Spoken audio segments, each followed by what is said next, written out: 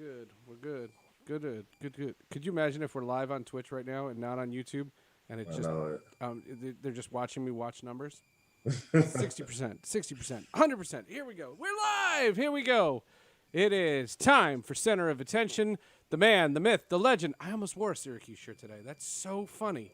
We're having a Syracuse crew, so but I'm not happy with Syracuse right now. So of course not. I purposely didn't wear my Syracuse shirt because of that, and I got a gift from my friends at the. Okay, yeah. So you just got off of a big call with the Jets, so you got to tell us what happened. No. But that's not. That was the media. My friends from the Jets got me this in celebration of me covering them this year, and I got this nice shirt. It's pretty cool. I like it. Oh, okay. No, they did cool. they did Pretty fine. cool. It's funny because today's the first day of Pad's training camp, and they are everybody wants to talk, and in a normal setting, what the reporters would do would get a half hour in the locker room, and you go up to every player. That's what you do, but they can't do that, so everything's on Zoom. So originally it was just the coach, then it was the coach and the quarterback. Sam Darnold spoke. Then they had the offensive coordinator. Nobody was ready for that. We had that. And then Le'Veon Bell, who never talks to the media, just did a thing with the media. And he's the guy that took all the issues with Woody Johnson on race, and he took up all the stuff. Why am I recording this? He's the one who took up all the issues with Jamal Adams when Jamal Adams wanted a trade, when Le'Veon Bell did the same thing.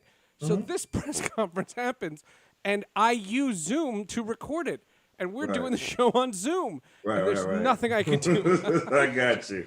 Understood. And then, of course, I wanted to run and change and get ready for the show and close my blinds and get everything ready. And just as that happens, Le'Veon Bell ends. And then I had to send it. And oh my God. There's a lot. Crazy. All right. A lot going on. We'll tell everybody why you're mad at Syracuse, because we're going to have a little bit of a Syracuse discussion here.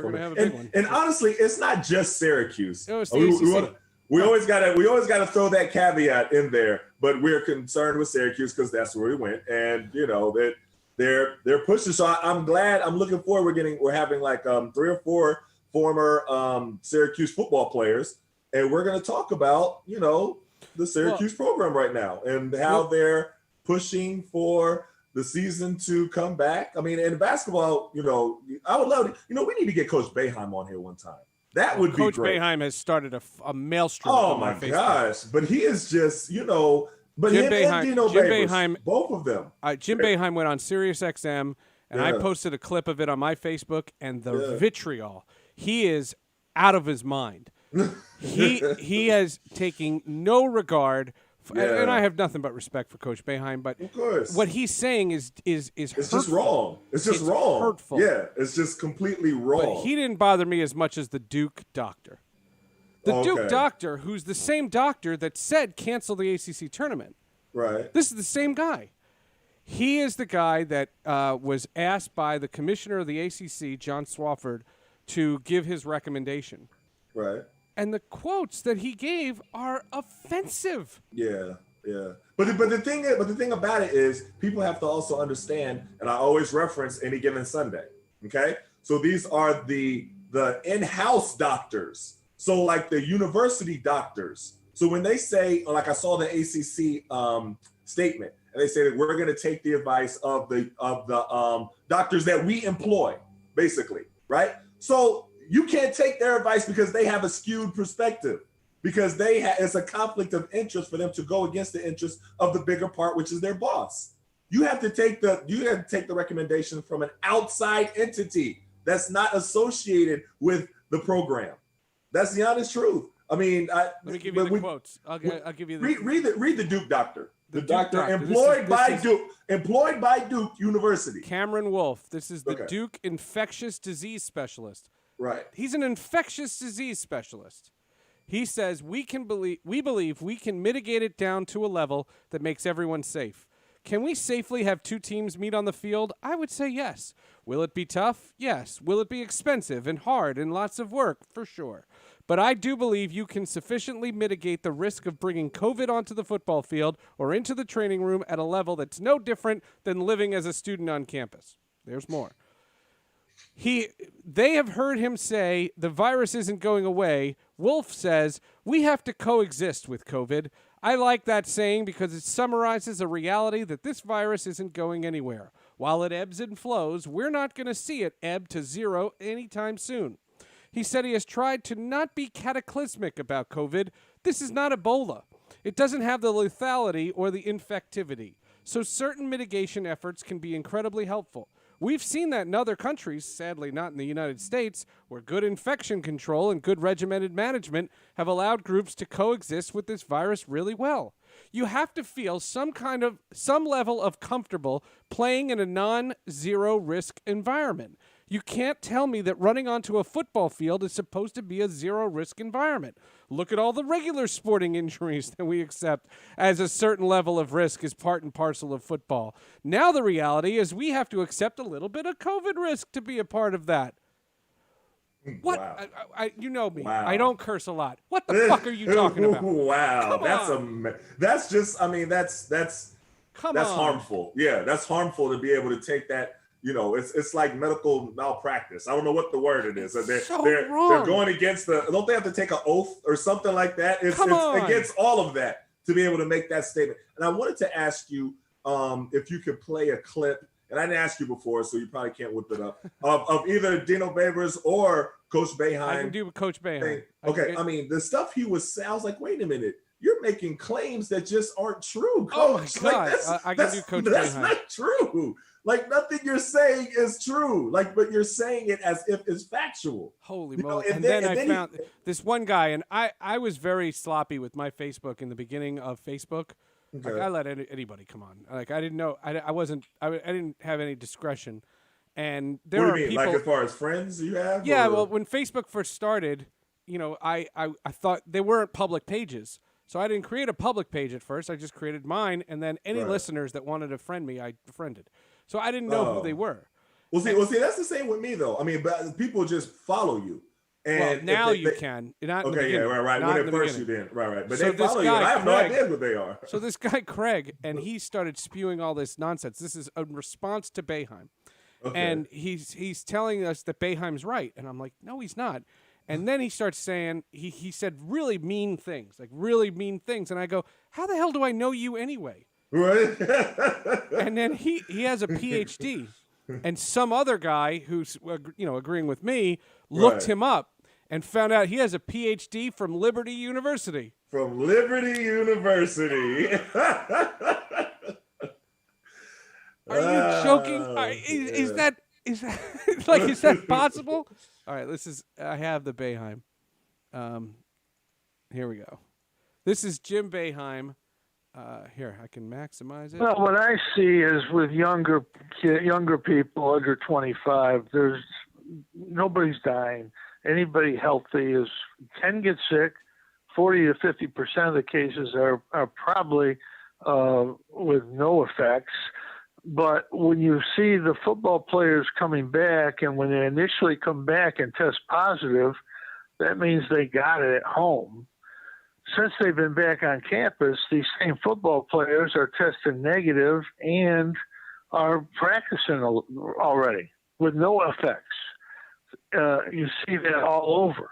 You see the sports leagues that have started, there's been a couple little disruptions, but for the most part, these got healthy athletes, either asymptomatic or they don't get anything from this disease. And I just don't see why we don't push forward like all the other sports have. And you're talking about college kids that are going back to school, and you're talking about high school kids that are going back to school, because in my mind, this could go on for 2 years or 3 years. Are we just going to stop everything for 2 years or 3 years? I am not a great believer in a vaccine. The flu vaccine still doesn't work. And we've been looking for that for 30 years or so. So I don't see a cure coming. And if there's not a cure coming, are we just going to give up and sit home for the next 2 years? Goodness gracious, Coach. He said no kids are dying. Did you hear the beginning? I don't know. Did you hear? It was before you? He said nobody's. I mean, it's almost no like kids are dying. Yeah, it was straight out of the Fox News playbook from earlier. I mean, now they've kind of changed their stances a little bit now, but before that's their argument they make. Well, kids can't get it, so kids should go ahead and just and just well, what are we gonna do? Stay locked up for 2 or 3 years? We don't know when. Those are all the arguments they made, and I'm just like, Coach, that's not it. Like that's not it, Coach. Andrew writes, he joined mid-reading. He wanted to know who I was reading the quotes from. That's the Duke doctor, Cameron Wolfe. He is the infectious disease specialist for Duke University, and he was the guy that advised the ACC commissioner on what to do. And it's irresponsible. And so when that posted, so I took that and I said, Coach, I have all the respect in the world for his career, but he's way out of line. And my friend Chris Pallone, who offered to come on, not today, but whenever we can do a show, he's been covering this, and what his assignment for NBC News has been is covering families of kids that got sick and died. And so he knows personally 24, 23, 22, 21, 20-year-olds that died from this thing. And then when you say asymptomatic, and I'm not going to pretend to know the answer, and Etan doesn't know, and Benny doesn't know, and Andrew doesn't know, and everyone else that's watching doesn't know. But what they do know is spots on lungs and enlarged hearts. Oh, no. That's definitely. I mean, No. But they don't test for that. So they don't know the numbers of how many people get that. And I don't know what that means. And you don't know what that means. But all I know that's serious stuff. No, that's definitely serious stuff. Serious stuff. You don't play around with that. For it to be even a question mark, to say that you don't know what the long-term effects or the even short-term effects on a player's lungs and their heart. Lungs and heart. Those are two important things. Yes, you can. I mean, that's it's offensive. It's offensive. It's irresponsible. I mean, all the different adjectives we can spat out. It's terrible. And it's worse because two conferences canceled.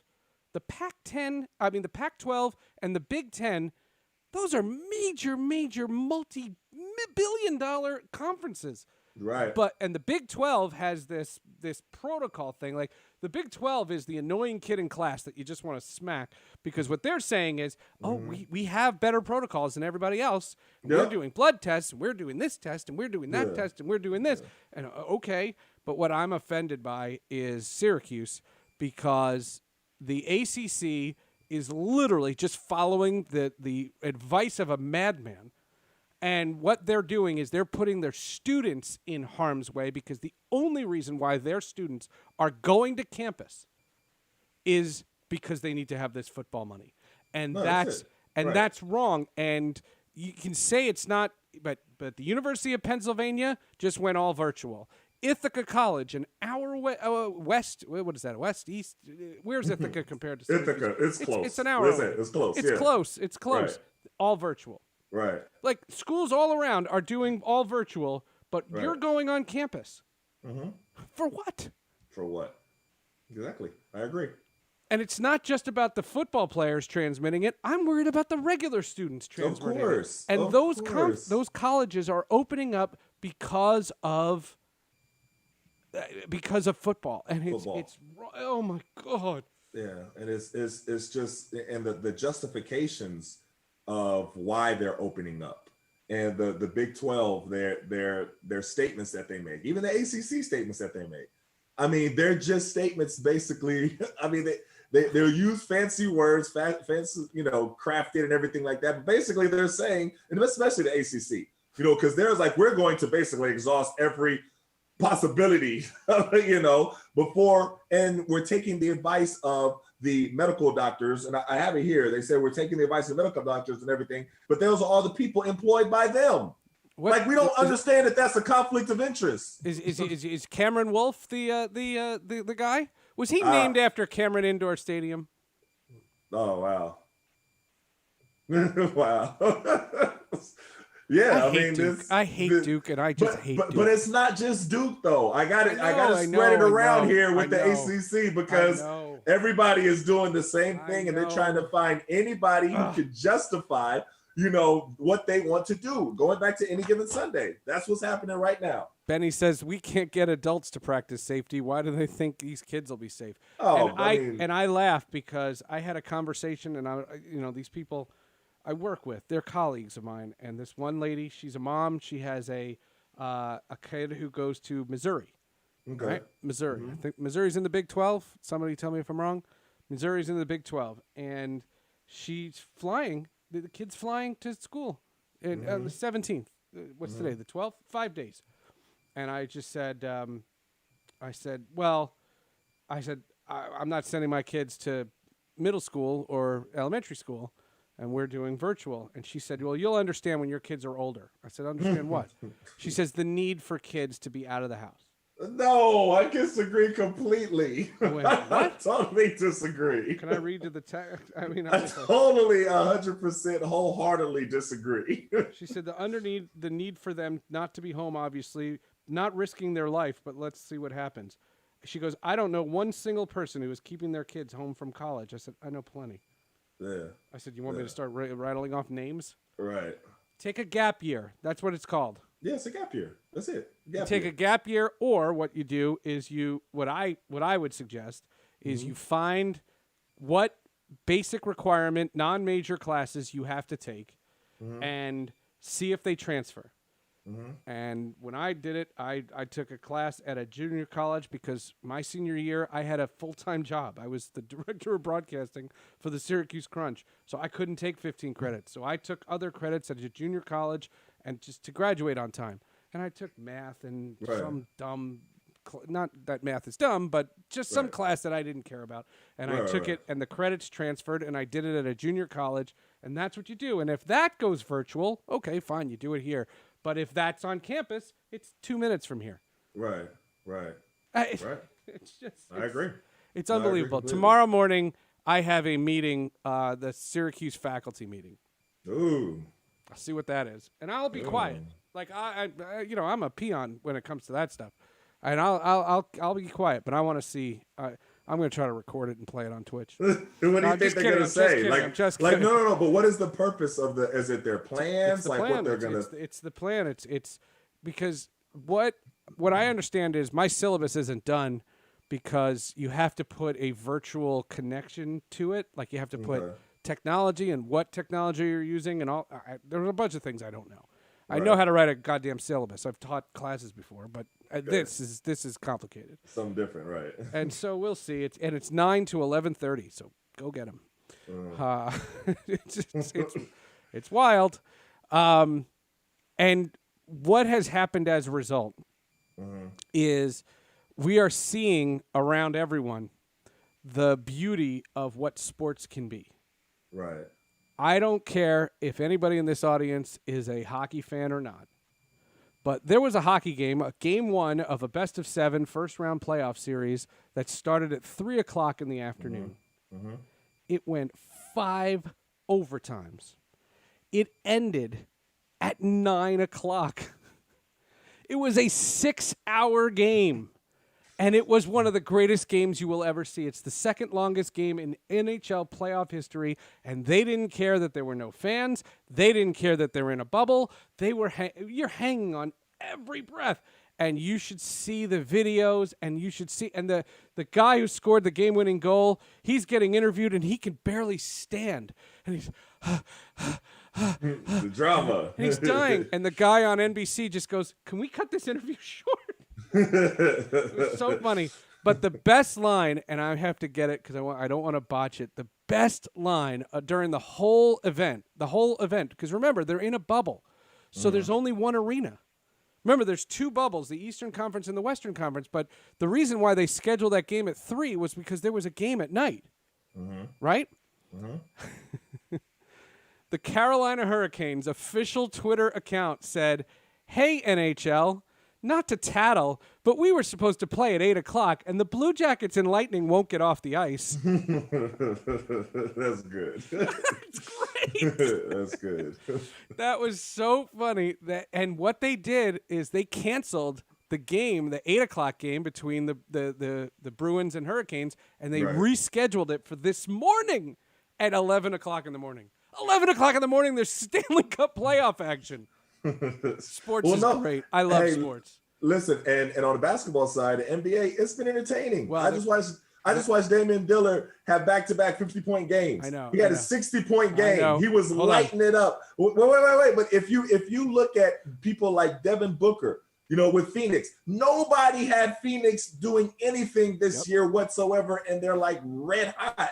Like the game in itself, and I got to give the NBA and the NHL credit because they have put together a worthy product that people want to watch, even though it's in this time. So my question is, why wouldn't you, if you wanted to, open now, right? Why wouldn't you suggest something along the lines of mirroring even a little bit what the NBA or the NHL is doing? Fair. You know what I mean? But that's not what they're trying to. They're not trying that. Not even giving the language of it. They're not even trying that. If you want to sell it to people, sell it like, okay, we're watching what the NBA is doing. We're watching what the NHL is doing. We want to do a model like what they're doing.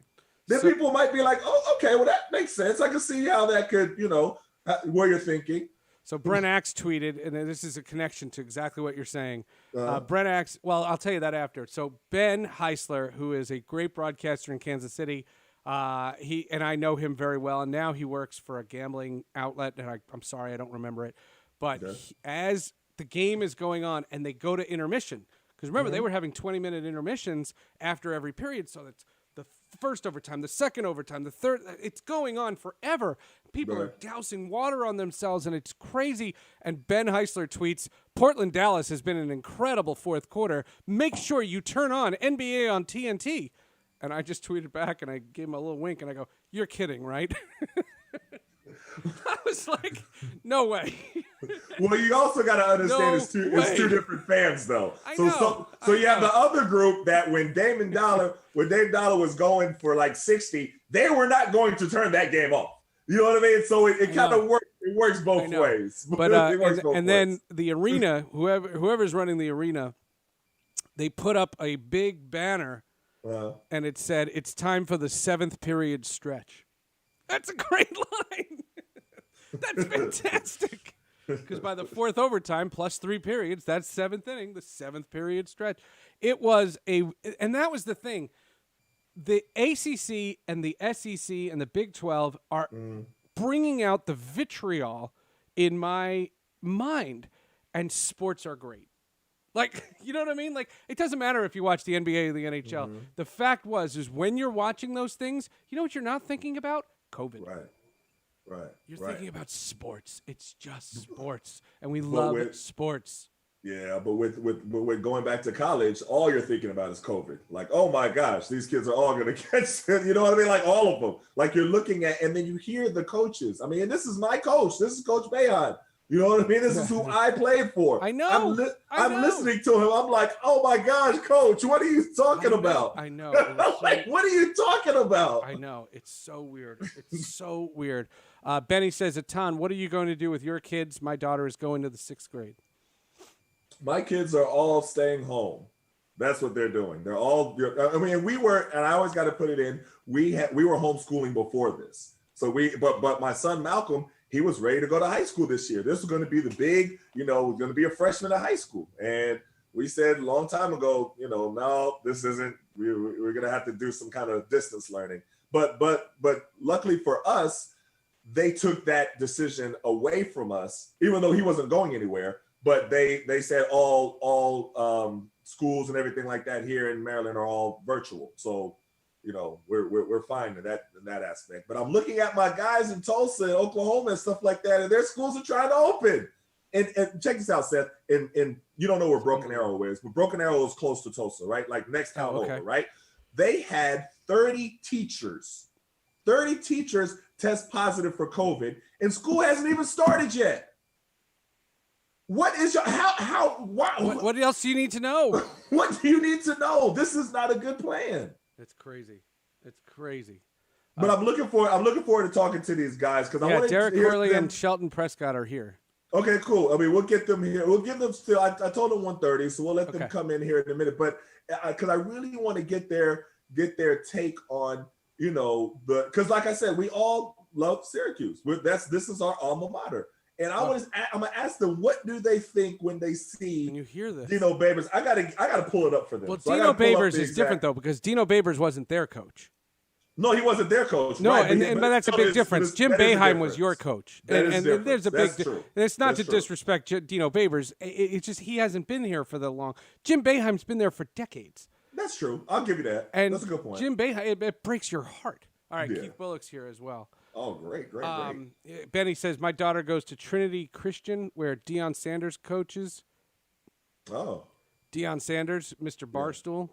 And he pushing for schools to bring students back. Yes, he is. Deion Sanders left the NFL Network to go to Barstool. Yeah, I saw that. What? I saw that. What? Yeah, I saw that. I don't know. What? I don't know. I have nothing. I don't know why. What are they? What? Maybe he got a good package they put together for him. So I don't know. I got nothing. Real quick before we get to these guys, I hope you all folks see the new look. We got wallpaper now. We got wallpaper. You can see our names, so if you're joining us late, you can know who we are. Except when the Zoom thing changes everything, I don't know what it's going to look like. Right. And our tip jar, which, by the way, people can give us bits. We don't ask for them because I feel weird asking. Yeah, we're supposed to ask. No, we're supposed to ask. We haven't done it like once. No, we haven't started. But I changed the tip jar to a beer mug because we're big drinkers. So you can see it. So that we have that, and if you can see, the chat is now on the left side of the screen. So if you chat something, it's going to be on the left side of the screen. And more bells and whistles are coming. We're also now streaming to YouTube. We're streaming to YouTube, and we're figuring out the rest of it because it's all. So work with us. Yeah, just work with us. We're all figuring it out. So now I'm going to admit all three of these guys: Derek Corley, Shelton Prescott, and Keith Bullock, all played Syracuse football, and they are with us now. And I think we're saying hello. They got to get connected. Oh, I like the way this works. This is nice. Yeah. Gentlemen, how are you? Well, there they go. All right, there we go. Now we got everybody. How you doing?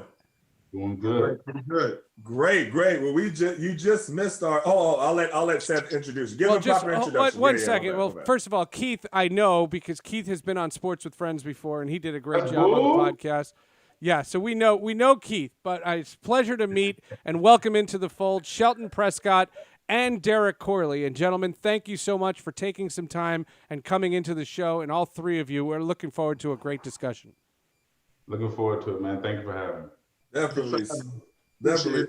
So we have been sitting here talking about college football, and a lot of times people, we talk a lot about Syracuse because we're both from Syracuse. We're both Syracuse graduates, Syracuse proud alumni. So sometimes people think that we're picking on Syracuse, but it's not just Syracuse. Okay, so all of college football, they're trying to come back, but with this one, I saw Coach Boeheim's statements about wanting basketball to come back, and I saw Dino Babers' statements about wanting football to come back, and the reason why they wanted to push for it. And they're saying things like, the thing that stuck out that both of them said was that young kids don't die from this. Well, that too, but also they said that players were safer in Syracuse than they were at their homes. And I was like, what are y'all talking about? So I just wanted to have a conversation about, because I know the football mentality a lot of times is also different than the basketball mentality. So I get that as well. But I want us to have an honest conversation about what do you feel about college football returning?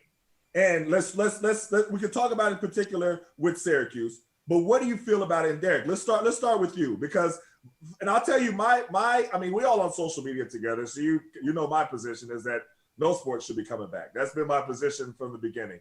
I'm happy that the NBA bubble seems to be working. I'm happy that the NHL is working. But other than those two, I don't really think that any sport should come back. That's my position. Well, but the WNBA and the MLS too. Right. And Formula E. Formula E, right. I mean, I think, yeah, let me first say I'm against it. I'm against it too. I don't think that, I can't see how it happens without a bubble. You know, I think that's what's making the NBA successful.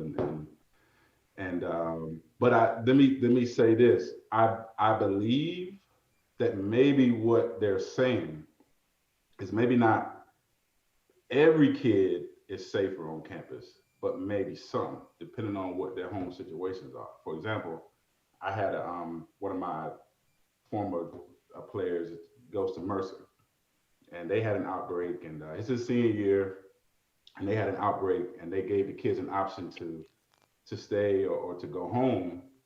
And his dad's birthday was the other day, so I go over there, and I just want to go pay respect. So I went stopped at the package store and got him a little something, and I'm going over there, and so I get there, no mask. I mean, they got a house full of people, no mask, no sanitizer, no none of that, So I think that maybe the sentiment is that in some situations, some of the kids may be in a better situation on campus where they think they can control the environment a little bit better. Maybe not the bubble that you're seeing with like the NBA, but something where they can kind of control. If they put them in a place in a specific, area where they're to be and to live, that they can try to kind of control the comings and goings and the other people that are coming and going. So maybe that's what they're trying to say, is that maybe in some situations it could be safer for some kids versus others, depending on what their home situation is and what they believe in. Okay, so my response to that, and Keith, you can help me out with this. They're controlling the environment on the court, on the field. Once they step out of there and they're into regular, how do you control the campus life? How do you control South Campus? And Syracuse, and let's be honest, Syracuse takes pride in being the #1 party school for years, back to back to back. You know what I mean? So all those fraternity Yeah, it was. parties, Hold on. Yeah, it was.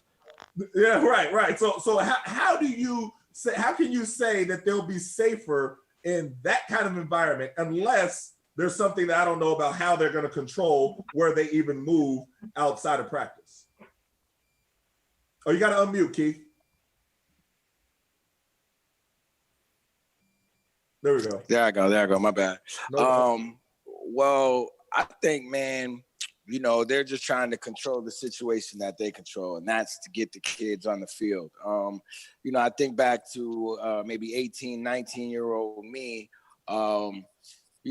What information am I being given? Am I losing my scholarship if we don't come out like that? I feel like there's too many different intangibles for coaches just to jump out there and say, it's safer here. Now, I agree with Derek in a sense that, 18, 19-year-old me, it might have been safer for me to be in school if they had a situation for us where they're quarantining us. But to go to what you just said with the whole party situation and all that, look, I know 18, 19-year-old me, as soon as camp break, I'm trying to find it, whatever it is and wherever it is. We trying to, get out of that camp life and do what you do when you go to college. Obviously, if school's not in, you're going to socialize, hang out with your friends. And if you're an athlete, when you have that downtime, man, you're trying to just experience as much as the college life as you can.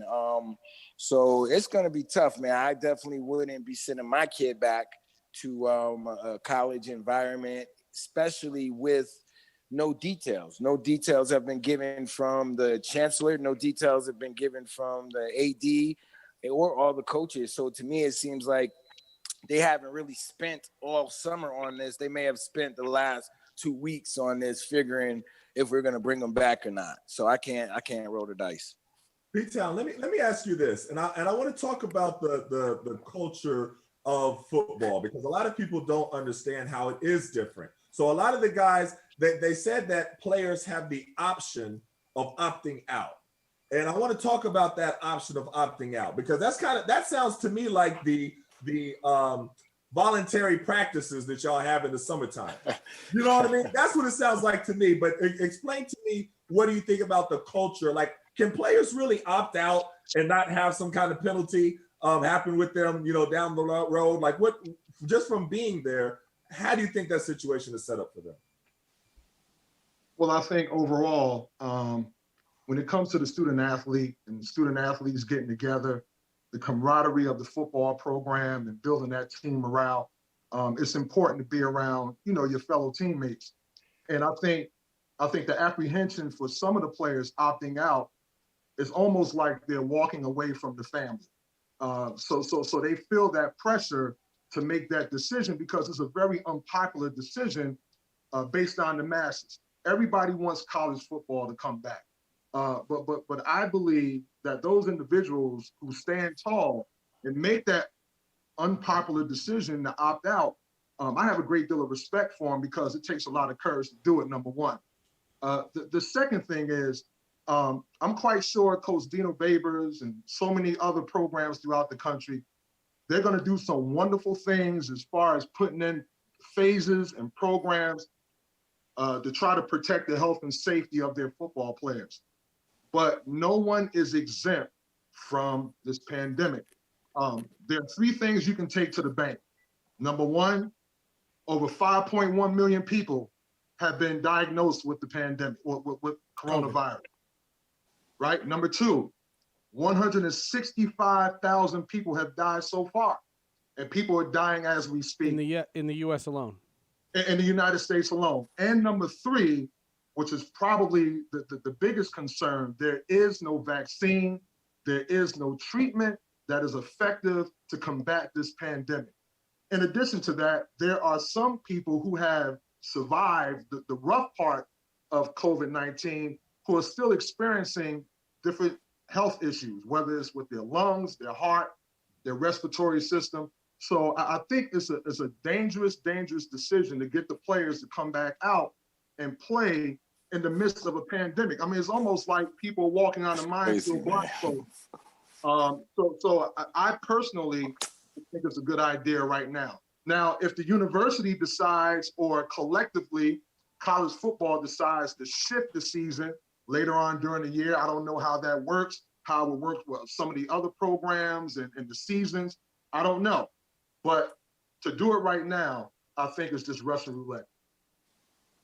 I mean, it's interesting with the conferences. And Seth, I'll let you take this one because the conferences are splitting right now. Right. So you have, some conferences saying just like the country. Right. It's showing how the country is, right? But they're making statements, and this is a question that I have as well. We saw Duke, and we're Syracuse. We don't have no love for Duke. I'm gonna be honest with you. But so I'm not picking on Duke. You know what I mean? But this just happened to be from Duke. So Duke shows this doctor that is employed by Duke give their medical, analysis. They gave their advice to the ACC commissioner John Swofford. And just read a little bit of what he said, and it made me think of Any Given Sunday.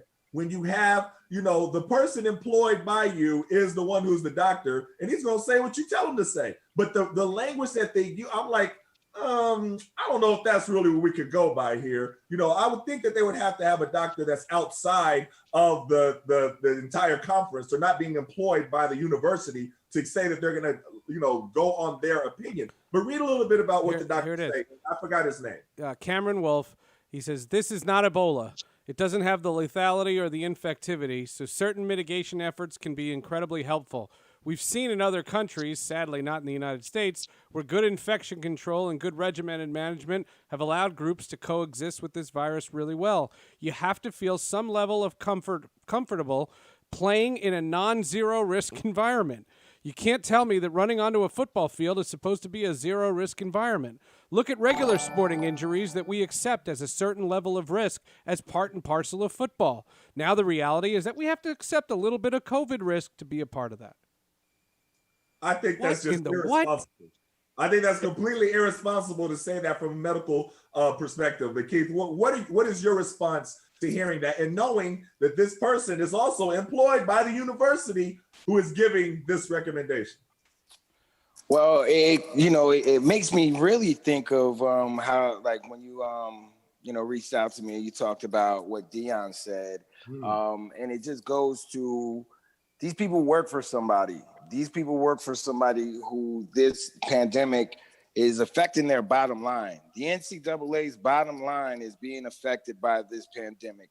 The owners of the NFL's bottom line will be affected by this pandemic if these seasons don't happen. Now, you see the Big Ten, they're not having their season, but the Big Ten is a power conference. So they're looking at it like, okay, we could survive and ride this wave. Whereas some of these smaller conferences might not be able to. But I think a lot of these people that jump out there, the doctors, the coaches, the TV personalities, the former players that get out there and say you should go back to play and all these different things. I can't not think about the paycheck that they get on Fridays and who they're getting it from in order to really push that rhetoric, which is to me asinine, because there's not enough information for you to tell me to go back out there and it's just a little bit of risk. And it also tells me that this pandemic hasn't necessarily touched them in the right way for them to really take it serious. I think the other question with that is that medical analysis, is that running parallel with all of the other medical officials throughout the country? I'm not only talking at the collegiate level or the professional level when it comes to sports. But this was the guy that spoke when the ACC announced what they announced. Say it one more time. This is the guy that spoke when the ACC announced what they announced. Right. So so I don't even think that analysis is parallel with all of the medical officials throughout the country. Just like Keith said, it's all about the bag. It's bad business when you're losing money, and when it comes to this pandemic, it's okay to make sacrifices, the lives of people, just to try to bring in some revenue. But what's the sense in doing that when you're going to have so many people affected or sick by the pandemic? And you can look at a school like Rutgers University. They had a problem with the pandemic already. I think the football program, they had about 25. 25, yep. 25 football players and support staff members that were infected by COVID-19. And now they have to, rewind, their entire program and start all over again. All it takes is for one person to get infected and it will snowball. Well, so do we want to use the honor system to say, you know what, our guys are going to do the right thing once they leave the program. They're going to make the right decisions all the time. The NBA has had some problems with that already. Right. Well, the Brooklyn Nets had an outbreak. Do the same. Yeah, it doesn't Magic make City. sense. But it's all, Trying to get to it. Hey, them Magic City chicken wings, Derek. But we all know it's all about the bag. And me personally, I'd rather choose life over business. Well, but we have to be clear, and I'm speaking for everybody because I gather we're all on the same page here. So stop me if you disagree. We're not saying we know that kids are getting sick with permanent damage. We don't know that. But what we say is we don't know that they're not. We don't know that the spots on their lungs and the enlarged hearts are not major, major problems for these young men. So this argument, when you have teams like Nebraska, where the Big Ten cancels and Nebraska is saying, well, screw it, we're going to find a place to play, and we're playing. And we're just going to go out and find that. And if I'm a kid on Nebraska, I'm wondering, why are they going through all these troubles? Why are they doing all this? And that's where I think a conference like the ACC, which is not the SEC. The SEC was you're gonna have to get them to kick and scream to cancel their season, but the ACC is right on the parallel of the Big Ten and the Pac-12, and what they're not doing is sending the wrong message. It's sending the message to Nebraska, hey, let's call them and see if they're available and if they'll take us. And the ACC could say, wait a minute, Nebraska, that's a lot of ratings. And what's the difference? It's a plane flight anyway, so let's bring them in. Or what if the Big 12 says, we'll take Nebraska back. We've had Nebraska before. You see where all of this can spiral without a unified message. And this is where the NCAA is absolutely useless. But without a unified message, we're sending a mixed message. The people in the Pac-12 are mad that the ACC is playing. And the ACC is sending bad messages because that Duke doctor is the doctor they're putting forward. And I hope I'm not speaking for all of you, but I had to get that out. No, not at all. I wanted to interject real quick. I wanted to post something to Derek and P-Town, my former teammates. Like, think about those camp days, man, when you go out there, it's hot, 90s, 98 degrees, all this stuff. You're thinking, you already don't want to go back out there after lunch. But now you're going in your head, we're out here in a pandemic. We're out here going through this in a pandemic. You already, a lot of times, don't even feel like they care about you. Now, how much do you feel like these kids feel that they're expendable? Like, how much do you feel their worth is to their university if you're being sent out there during this time?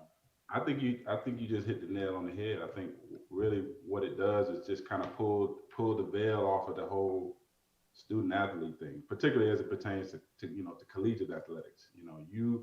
We're talking about, if it's really about being students first, if that's what it's really about, then to me, we shouldn't even be talking about playing if that's what it's really about. So, what I hope it does for athletes, high school athletes and such, is really open their eyes to what this is really about. This is big business. Don't get it twisted. And although I disagree, let me say that strong, I disagree with what Deion had to say, and I know we plan to talk about that. The part of it that I think should resonate with them is the business aspect of it for both the professionals and the quote unquote collegiate athletes, because this is about the bag. It's all about the bag. You follow the money. All these decisions are being made because of that. It's not about what is actually best for the kids. And the reality is that it's been that way, but the pandemic has just kind of exacerbated the situation and made it even more public and known that you really are pawns on the board, and that's what it is. You are a number, and you represent a certain dollar amount for that university and it makes, you got some of these smaller schools that they can't afford to play. They're stopping, not because they don't want to play, but they can't afford to play because they're not going to get those big bank games from the Power 5 schools. So they literally have to shut it down because they can't play, but they want to, and they would take that risk, and they would put those kids at risk if they could get the money. So I hope that the student athletes or prospective student athletes really see what this is about, and they start making those decisions based on business and what's best for themselves and their family, and not just be blinded by the idea of, this color or that color, whatever. You are an employee, and that's what they really are. They really are employees, and it's about the money, and I hope they start to see that. But here's the thing, though, and this is what I want to ask y'all. So when I hear Dino Babers at his press conference, and he's basically saying we're playing unless we're told otherwise, and that's it. You know what I mean? He's making the cases that and this ties into Deion Sanders in his statement. It is just that pressure that I don't see how these players have a choice. They say that they can opt out. The way that, unless they all do it. So like when all of the Syracuse players as a whole, the entire team said, we're not going to take the field for practice, and they did it all together. Okay, that's one thing. You know what I mean? But I don't see how one player or two player here or anything like that can be able to do it in this culture. I mean, what Deion Sanders said, and I can read you his tweet. He said, all players opting out in all sports, please believe the game will go on without you. He said, this is a business, and don't ever forget that. There's no one, he put in caps, no one that's bigger than the game itself. Only the ref, umps, and officials are that important that you can't play without them, not you. Just that whole, and the reason why I took so much issue with it is, I coach young guys at AAU, and the whole mentality, and I watch, Friday Night Types. Like I've been watching that show nonstop. You have little cats, like they like middle school cats. And the whole thought is that you got to risk life and limb for the sport, or else you a punk. I'm dying for this. I mean, and that's what Deion was perpetuating. So all these young cats that look up to him because he's an OG, I was like, Dion, you can't say that, man. Come on now. I expected more from him. Yeah, I thought it was very insensitive. I thought it was an ignorant comment as well. I think one of the other areas that in sports that we're not really putting a lot of attention to is the mental component, the mental health and mental wellness of the athletes, especially a student athlete, with all of the pressure that they have to be an effective student off the field and an effective athlete on the field. I think the mental component where some student athletes may be apprehensive to make that decision because of the backlash that comes from a Deion Sanders or one of their peers. So for them to do it individually, they may have some apprehension about it and then just kind of go with the flow. But let me tell you something. If you have a scared athlete, you have an ineffective athlete. You have an apprehensive athlete, he's going to be ineffective.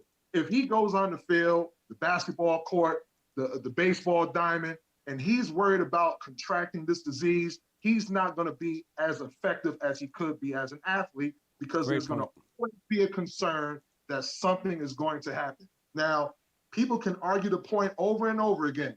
Football players will be isolated. They can do this, they can do that. We're going to make sure that everything is fine. But you can't guarantee the health and safety of these athletes when it comes to this pandemic. You can guarantee some other things, but you can't guarantee that. And if you can't give me a concrete answer of the guaranteed safety of my child's well-being when it comes to this pandemic, then we need to look at some alternatives. And I think this is flat out unacceptable. And once again, shame on Deion for saying something like that. I would think he would be better than that. I agree. And let me just end because I don't want to keep y'all too long, but I just want to say, because I'm going to have something like this about with some basketball players. So let's talk to Coach Boeheim and for what he said. I know that y'all didn't play under Dino Babers. He wasn't there. Y'all was in Pasqualoni. But if you could say a message to Dino Babers about just just put it into a message for the safety of the kids, or how you would advise him to go, or whatever you would say to him. I'm just let y'all have one time. Well, just piece by piece. What would you say? And we can start with you. What would you say? I'm gonna defer to the senior spokesman. I'm gonna let Etan handle this, but I feel, for me, man, I just can't help but think back to if I was there now. I'm definitely. It might even be me and Corley looking at each other like, man, I don't want to go out there. Like, because somebody in that locker room knows somebody that contracted corona, guaranteed. You know what I'm saying? Mm-hmm. So there's some kids in there that's scared.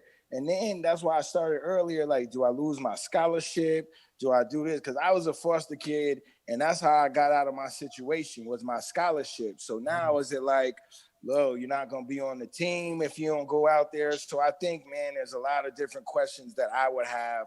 And I would like to think that Coach Babers wouldn't be putting pressure on those kids like that, but that might be something that's deferred to the chancellor or the school, or there's loopholes and everything. So, that's how I feel about it. I just hope none of those kids are put in those type of situations where they have to make adult decisions as teenagers. But to that end, though, the school is losing a fortune. I mean, they're losing a fortune. And again, we're not counting their money when they're making money, but they are losing an absolute fortune from the students that are pulling out, the regular students, the students that are not staying in on-campus housing. They're all built. I ain't worried about them losing money. I'll be honest with you. Seth, they will recover. Okay. But you can't bring nobody's life back. Agreed. I'm not saying we're not. I'm not disagreeing. What I'm saying is, the university, we're asking them to do so many things, and what I'm saying is, I think that the after effects of all of this, there's going to be less facilities, not more facilities. That's my point. Yeah, I think they'll be just fine. To be honest with you. They will bounce back over time. They will bounce back over time. Yeah, I don't think there'll be any real, true, long term. And I honestly, I don't care. That part of it means absolutely nothing to me.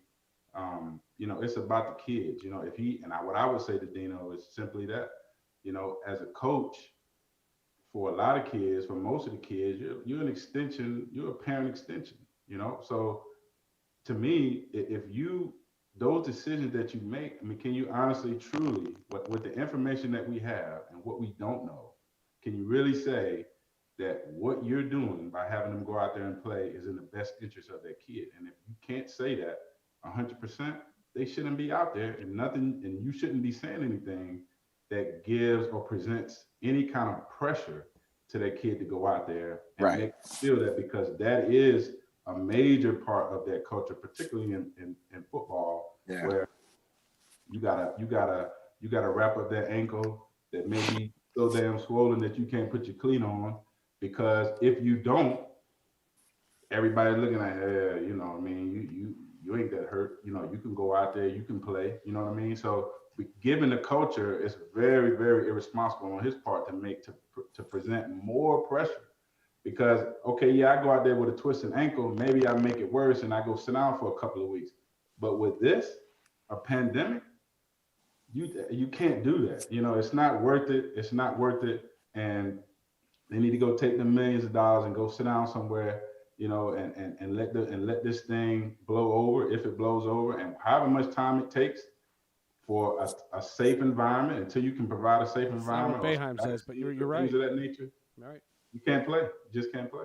I agree, and let's get. I'm gonna miss it now. I'm gonna miss football. Of course.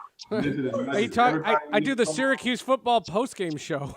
Man, I miss it a lot. I mean, you know, I want to see it, and you know, in sports without fans, I mean, it's weird to me. I'll just be honest. You know, looking out there with the videos and all that. So I'm looking forward to things getting back to normal. But right now, it's, you know, these grown men that are making millions of dollars, if they want to take that risk for the sake of their families, if they feel like it's worth it, okay.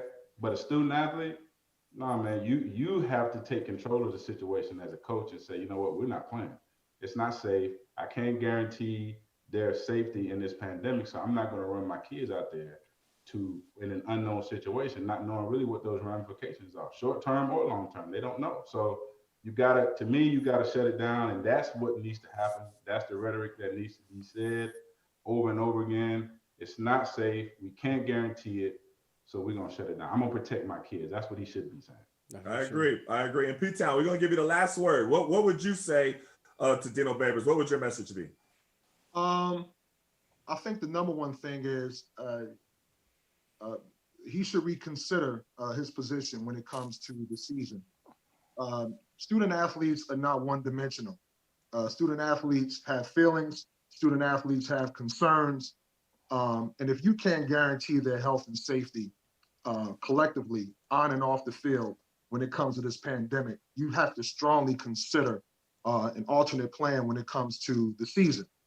In addition, there's so many families that are counting on you to make the right decision when it comes to the future and the well-being of their child. So you know, let's not put the cart before the horse. Let's sit down and think about this thing calmly and honestly, and let's make the right decision that is going to be healthy and wise for all student athletes and students on campus. Because if you want to be honest, when it comes to this pandemic, the United States have taken the wrong approach from the beginning. Right. If we had taken this pandemic seriously back in March, when people was calling it a hoax, when they said it wasn't real, it was man-made, all of these other conspiracy theories that people may have, if we would have approached it the proper way, we probably wouldn't even be having this conversation right now. Right. But you know what? We're not at that point. We're still trying to fight this pandemic. We still have to fight those individuals who are reckless and who are making decisions out of haste by not social distancing and wearing their masks. And the process is not getting any better. So how can we expect that nationally and not expect that from our football program that deals with some of our prize packages, our student athletes? So he needs to reconsider his position on this, and the entire ACC and all 108 football programs at the Division I level. Very well said. Very well said. Can I wrap this on a? You see why I let him speak last? Yeah, no, smart. It's very smart. Can I make you guys all laugh? Can I make everybody here laugh? Because you guys all played for Coach P, right? Oh, yeah, we did. All Coach Pasqualoni, right? Okay, this is 22-year-old Seth Everett and Coach P My senior year, 1996. That is the great coach, Oh, Paul Pasqualoni. Etan was there. I know what he said to you. Well, I came in 1992. The Fiesta Bowl. Said to you, Seth. I know what he said to you right then, buddy. Right then. Hey, He said hey, he needs like he need a hole in his head. What did he say? I guarantee you, he told you, I need you like I need a hole in my head. He Seth said, and obviously, we played well. Seth and Etan, did y'all get a chance to read what Joe Nacera tweeted, the business journalist, when he talked about the Power 5 schools? Did you get a chance to see that? What did he say? When you get a chance, check it out. He said the real reason the Power 5 will cancel football because it destroys the amateurism excuse that has given college sports free Oh, labor. yes, I did see that. I saw that. Right, okay. Yeah, man, that was powerful. Yeah, no. So we'll see what happens. Yeah, I mean, I think that excuse from amateurism right now is so far out the door. I mean, even the fact that they even brought the players back on campus to practice when the whole campus was closed because of coronavirus. That right there destroyed it. But I'm gonna go off on a tangent, so I'm not even gonna go down that road. We're gonna be for another, half hour. But hey, I appreciate y'all coming on. Thank you to all three of you. Seriously, I really appreciate it and everything that y'all said. And the thing about it is, to hear you all articulate it that way is gonna go a long way. Being former SU players, so we're gonna put this everywhere and sending a message to them. And I think that's important. We're proud of to be alumni. You know what I mean? We're proud. I got my Syracuse shirt on now. We're proud, but we can also critique our school and push it to be better. So thank you guys, and y'all stay safe. Please stay safe. Hey man, it's good seeing you, fellas. Good to see you, Pete. Good to see you, my brother. It's been a long time, man. Both y'all, man. I'm gonna link up, man. I'm gonna get y'all info, man. We gonna chop it up for real, man. All right, man. I want some coffee, man. I want some coffee. I got it all. I'm at work right now. Show the shirt. Show the shirt that you have in your business. Yeah. I'm a Just Love, an investing partner in the company. I run my own shop. Okay. Beautiful, man. That's what's up. Yeah, I'll be in touch, man. P-Town and Derek, I appreciate you, Seth and Etan, every time for sure. But I'm gonna be in touch with my two brothers for sure. That's what's up. That's what's up. All right, appreciate good talking with y'all, man. Appreciate y'all. We'll see ya. All right, bless. All right. Yep. Great segment. Fantastic segment. Fantastic. No, I don't want to remove Etan Thomas. Did you see that? Did you see that pop up? So, do you want to remove Etan? No, I do not want to remove Etan. That was great, and those guys are great. It dumbfounds me. The whole thing just dumbfounds me. Yeah, it does. It does. I mean, but I think that they really, to hear it from them and hear their perspective, because they played there. And a lot of people don't understand, like, the pressure that you have. Like, that's what I was trying to say. I was like, wait, for one person or two people to opt out, their culture is different. They can't do that. Yeah, now, and Jim wrote in the chat room, he said, how much more risk is there by playing versus just being on campus with other students? Not much more. Not much more. We're saying the same thing. But the thing with football, again, there's an incubation period for 14 days. That means you could have it and not know for 14 days. And if you tested every day, you'd get 13 negative tests. And you wouldn't get the 14th. The 14th test would be the positive one. So that's 13 days of you slobbering all over your teammates and pushing and kicking and tackling and doing all those things. And you have it and you don't know. And that's the NFL and that's college. But with college, they're kids and they don't get paid. They don't get paid. Of course. So of course. You know what I mean? Risking their lives for, that's, so when we gotta have it again. I gotta have some former basketball players on. You know what I mean? And that's why I was like, I'm sitting there like, Coach, are you serious right now? Boeheim, I don't know. The thing about Boeheim that's so interesting is, people follow this guy. Yeah, of course. Like, they want his opinion about everything, and it just was wild. Yeah. Who's the next person that we're supposed to have on later? We're gonna have a lawyer, so we're gonna have a little bit of a political talk. What's his name? No, but hold on. What's his name? Mark. Okay, Remember? he's here. Okay. He's here too early. Tell him he's here too early. I can't tell him anything. I'll tell him. I was like, God said 2:30. It's 2:07. I'll tell him. Well, yeah, we'll do a little bit of politics later. Also want to send a shout out to Steve. Thank you for the follow. It's funny when we get follows while we have guests. I don't want to interrupt the guests. Right. You know what I mean? I always try to think along those lines. There's a new kind of graphic for a break, and so I'm going to suggest that we take a quick 2-minute break here, and I just want to show this fancy new graphic. It's pretty awesome, and we're going to take a quick time out just because I got to get some more water. But one of the things that you have to recognize is, and I hope people realize this, we love sports. Yes. People think we're not like there's this whole thing about people in the media that are rooting against college football. Right. I don't want college football to fail. And I said to you on Monday, and you didn't understand it at first, I don't celebrate any of this. This is sad. I'm distraught by this whole thing. And you know what I'm worried about? I'm worried about the play-by-play announcers and the beat writers and the SIDs and all the people that their livelihood and the businesses in these small towns. I saw a thing on Nightly News yesterday about Ann Arbor and how Ann Arbor is going to get crushed by not having Michigan. And I know full well because I was a proponent of Penn State getting the death penalty. I wanted Penn State to have the death penalty. They needed to shut their program down for a full season and clean house. They needed to get the janitors out of that place. That was a big story. And people were like, "You don't know what that would do to State College, Pennsylvania." And I said, "I don't care." Right, yeah. But I do understand that I'm not happy about that. Yeah. That's the point. Like I'm not thrilled that exists. Right. And I think it's important that we all acknowledge just that. Just that part of it. I agree. We're going to take a quick 2-minute break. We will come back. Mark Anthony, the lawyer, is going to join us. We'll take more of your comments, and also we have to tell you about a new podcast that's coming up from these two guys, the guys you're seeing on this screen. We'll talk about all of those things in just a moment right here on Center of Attention and ooh and ah at the new graphics.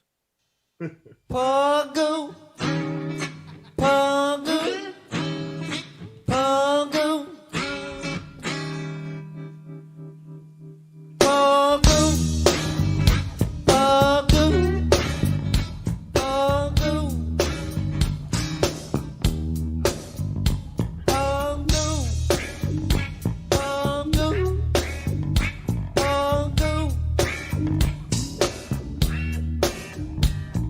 Pogo.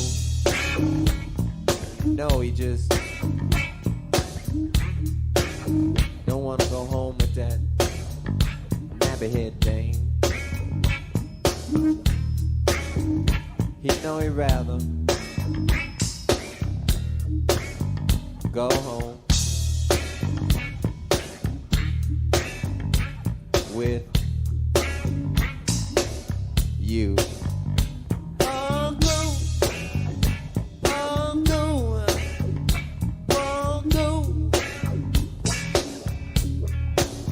All the film is shot. It ain't too hot. All did or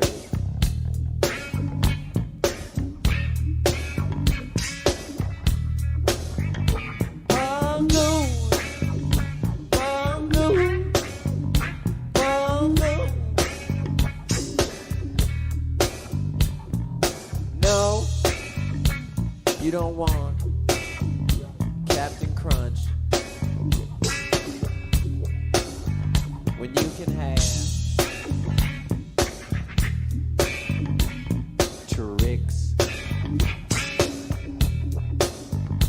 Oh no, oh no, oh no.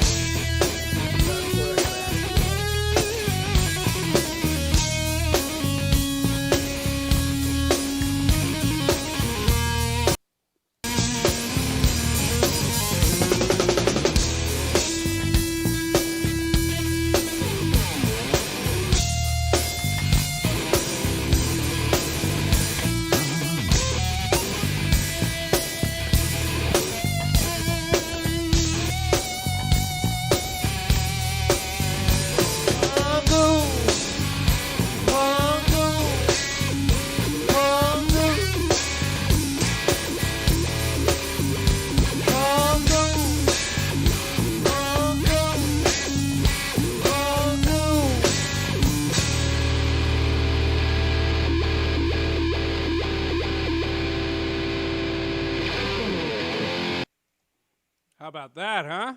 That is tight. Look at that. Did you see the graphics? That was pretty cool, right? Good. Yeah, looks good. We look like a professional outfit here. Hey, I gotta ask you if you saw this story because I know that you would have some thoughts on it. Okay, Adam, what's his name? Oh, Adrian Wojnarowski, right? Very good.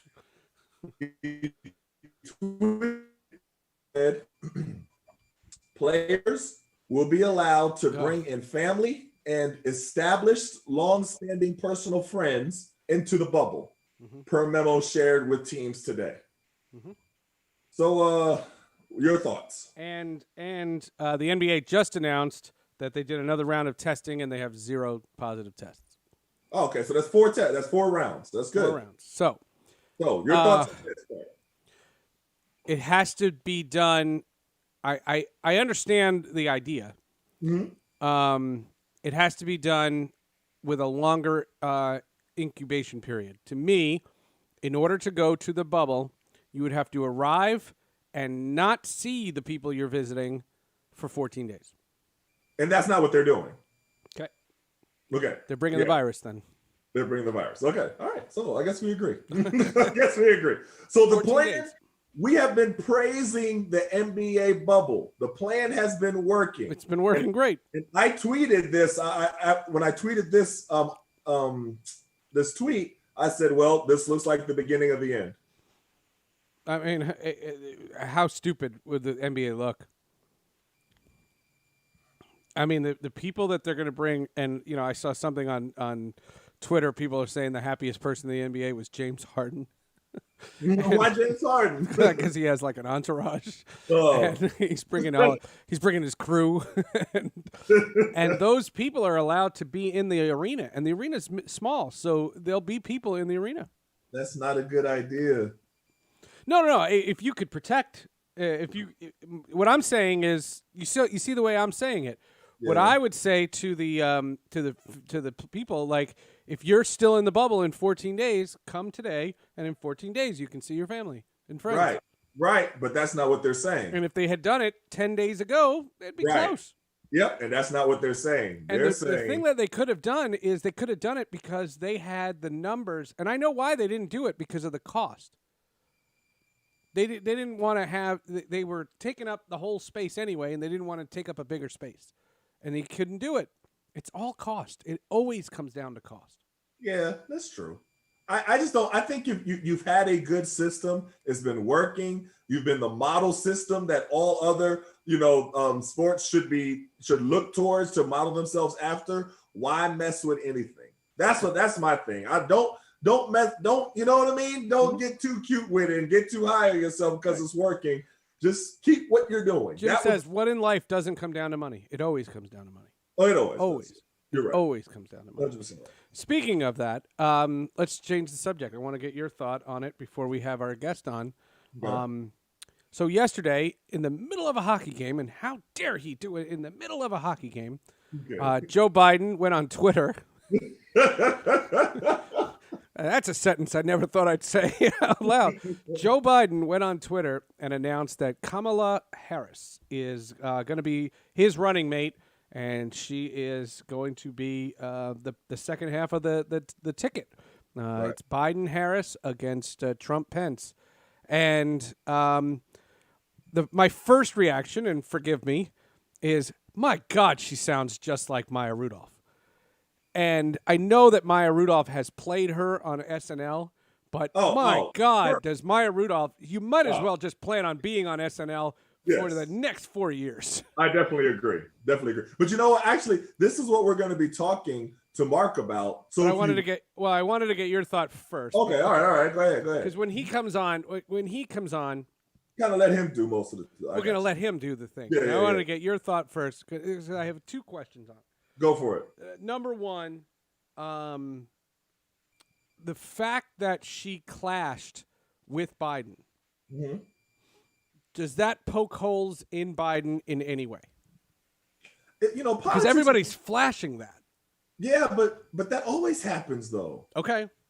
Right? I mean, that always happens. They try to tear each other's head off in the primaries, and then they just join forces. That what about the idea that she has been so pro-police, and is she going to be, she's been so pro-police, and is that going to be a mark on her for the folks that are all defund the police? I don't think the thing about is pro-police. It's more of her record as a DA when she was in California. That's the big question mark. That has everybody all, all the marijuana stuff. And now she's legalizing marijuana. She was locking up people for crimes that aren't crimes right now. Yeah.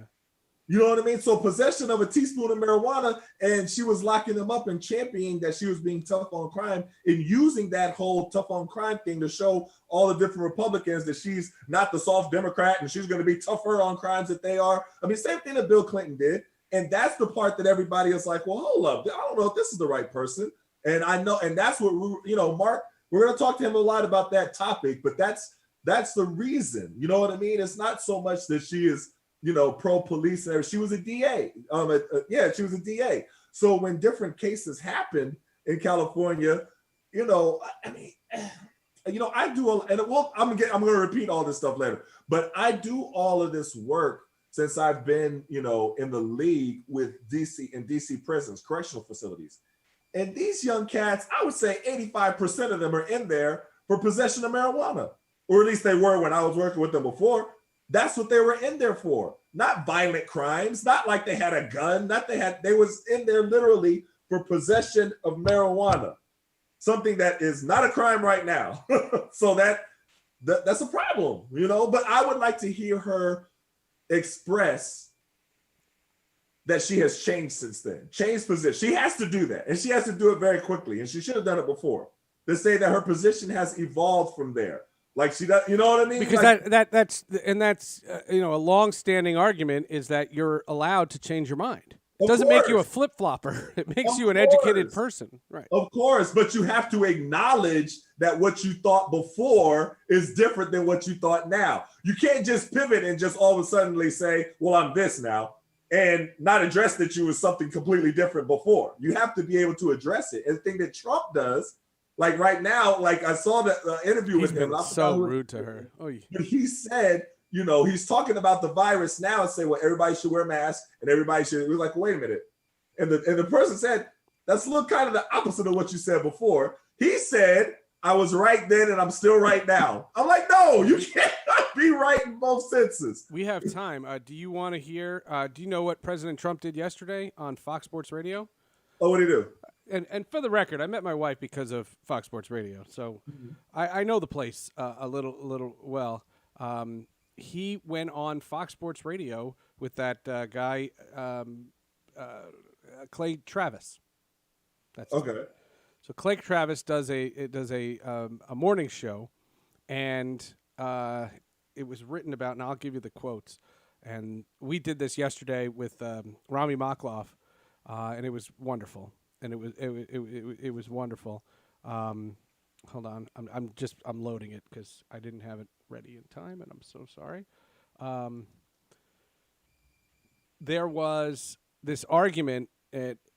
Trump basically said, I'll start you off with this one. He said that Michael Jordan is better than LeBron James because Michael Jordan stayed out of politics. Okay. Okay, that's how it started? Yeah. No, that's not how it started. I'm not giving you the order of it. Okay, all right. Goodness gracious. All right. You know what I can do? I can look at my history. That's how I can do it. Go to my history and do...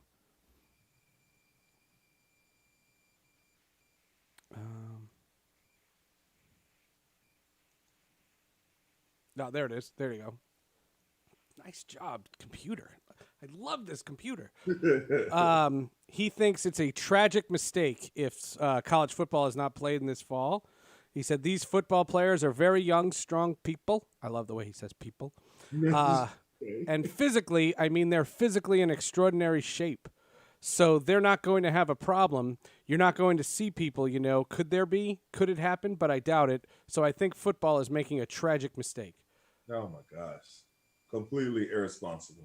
He seemed in favor of the sport being played with fans in the stands. He says, I'm not sure college football can do it, but we'll have to see. Now, these comments came before the Big Ten and the Pac-12 canceled their seasons. Okay. He says, okay. He also talked about his desire to see the NFL season begin, but with a caveat. Well, they want to open, and they want to open badly, and they've been working with government. I would say this. If they don't stand for that national anthem, I hope they don't open. That's what it's about, huh? But other than that, I'd love to see them open, and we're doing everything possible for getting them open.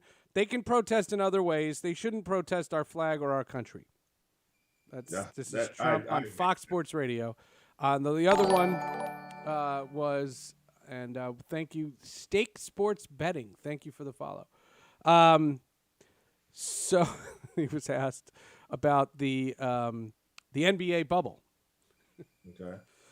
I think it's been horrible for basketball. Look at the basketball ratings. They're down to very low numbers, very, very low numbers. People are angry about it. They don't realize that they have enough politics with guys like me. They don't need more as they're driving down, going up for a shot. They don't need it. And there was a nastiness about the NBA, the way it was done too. So I think that the NBA is in trouble. I think it's in big trouble. Bigger trouble than they understand. And frankly, ice hockey, which is doing very well, which they didn't do that. They respected the Moors, and they respected what they're supposed to be doing, and they're actually doing very well, as I understand it. Oh my gosh. There's more. You got 4 minutes. The way the NBA catered to China, the way they bowed to China, it's a disgrace, frankly. And they make a lot more money here than they do from China. But we have a system that allows you to disrespect your system, and that's too bad for them. Too bad for them they don't appreciate what they have here.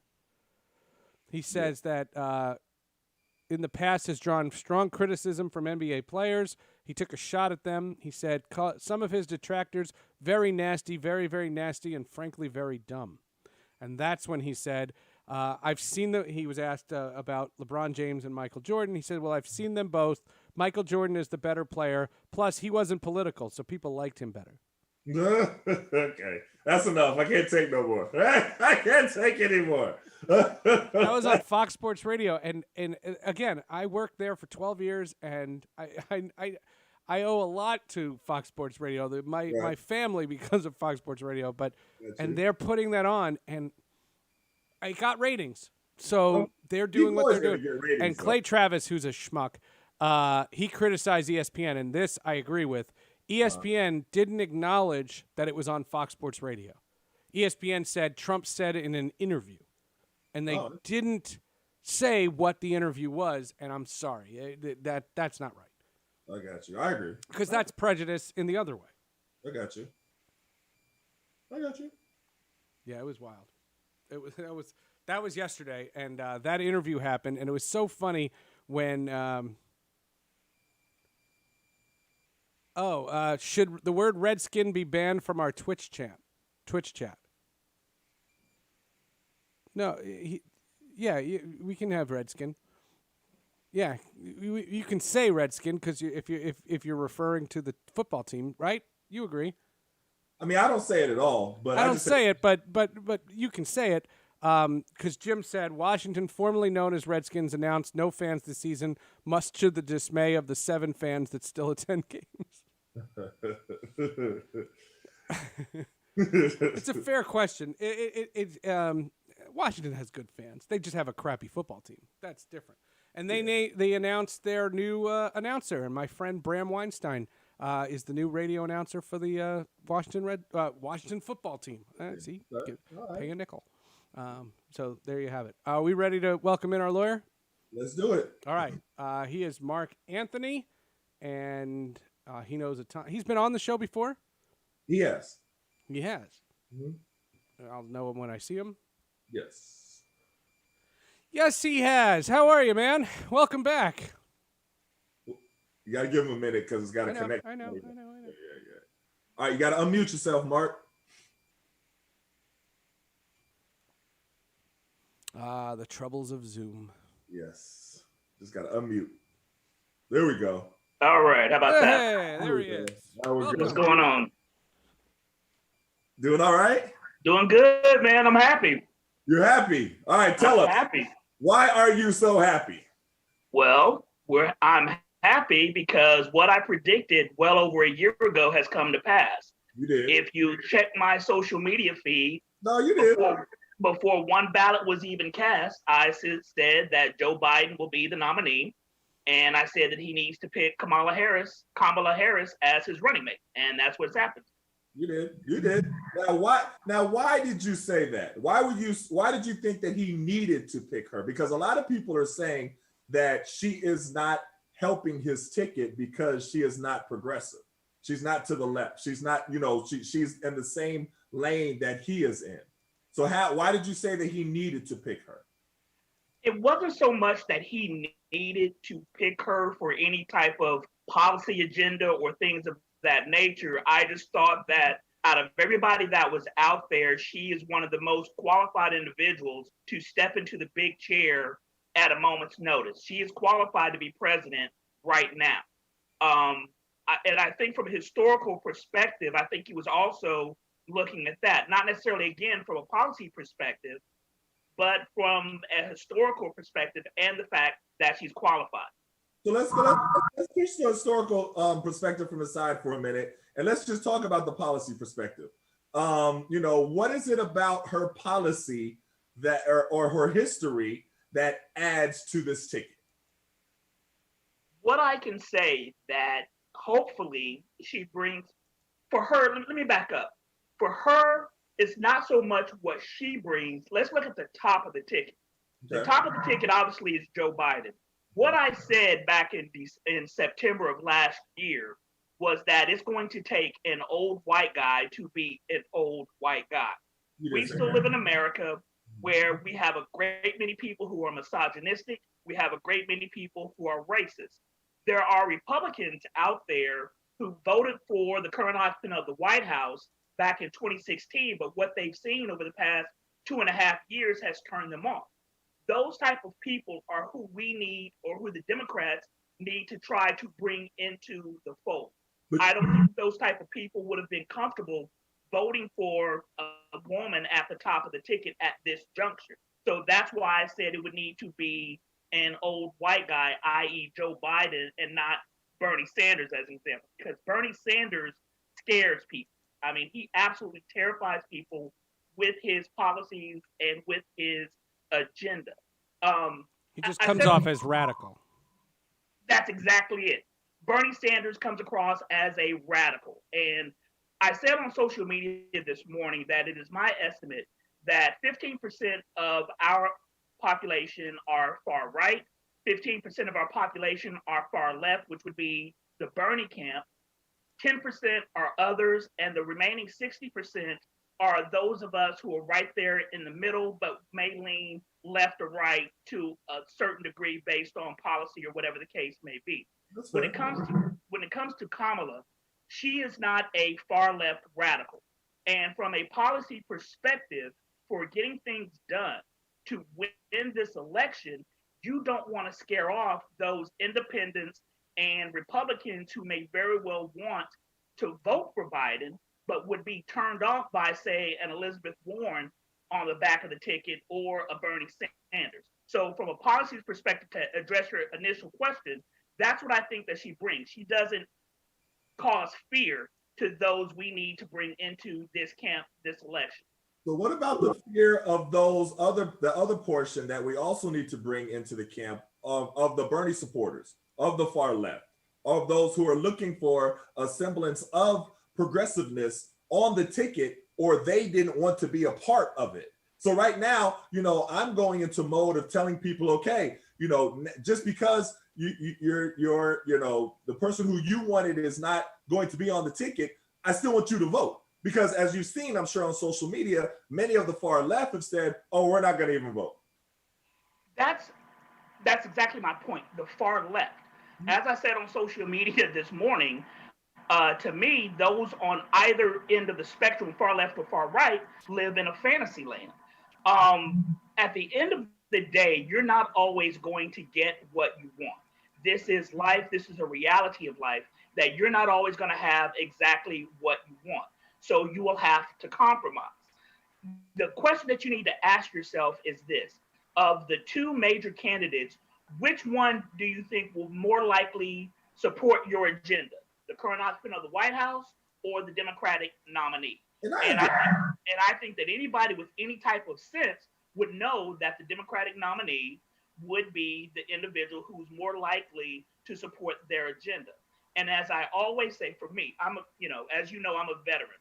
And when it comes to presidential politics, for me, there are two very important things. The only two things that I really care about when it comes to selecting my choice for president is the military and what is that president going to do with our troops and place them in harm's way or not. And secondly, the federal bench, the federal judiciary. You and I, Etan, as Black individuals in this country, the only way we're allowed to do anything that we want in this country is through the intervention of the federal courts. So for me, it's a no-brainer that you vote for Biden. I don't care who he would have picked as his vice presidential nominee. The Supreme Court and the federal bench are of paramount importance. So that's why he has my support. And that's why any Bernie supporters or Warren supporters or any far left individuals out there who aren't turned on by this ticket need to keep in mind is that the bench, the federal bench, is the most important thing. The current occupant of the White House has already appointed 2 Supreme Court justices.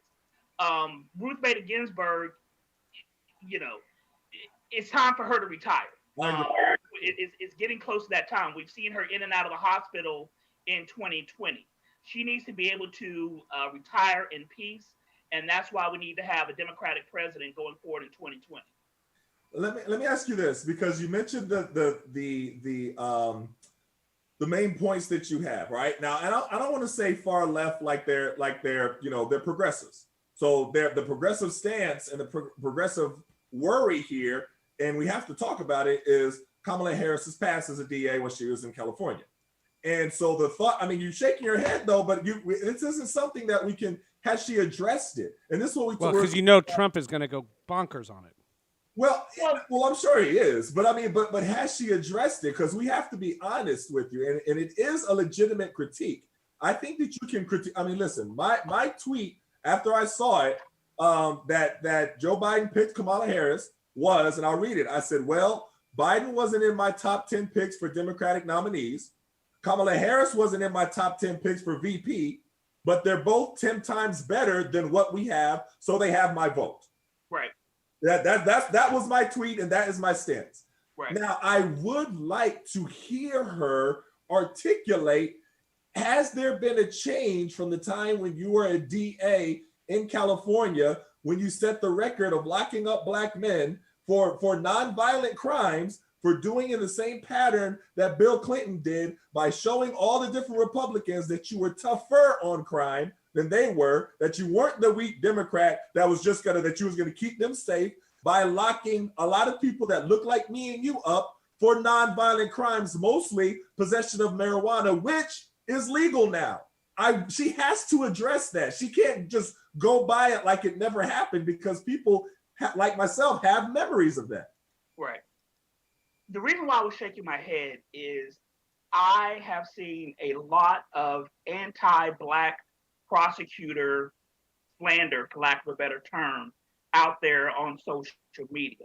As you may know, before I became a defense attorney, I was a prosecutor for a lot of years. I started my legal career as a prosecutor. And what those type of people, and when I say those type of people, those people who criticize Blacks for being prosecutors don't understand is that Black people commit crime. That is just a fact of nature. So what do you want to do? Do you want to leave the entire judicial system in the hands of white people? Do you not want Black people not to be a part of the situation? Mark, nobody's saying that though. No. But there are people who think that way. I'm addressing that. There are people who think that. Okay. But that's not what I said. I didn't. Right, but you're talking about Kamala's record.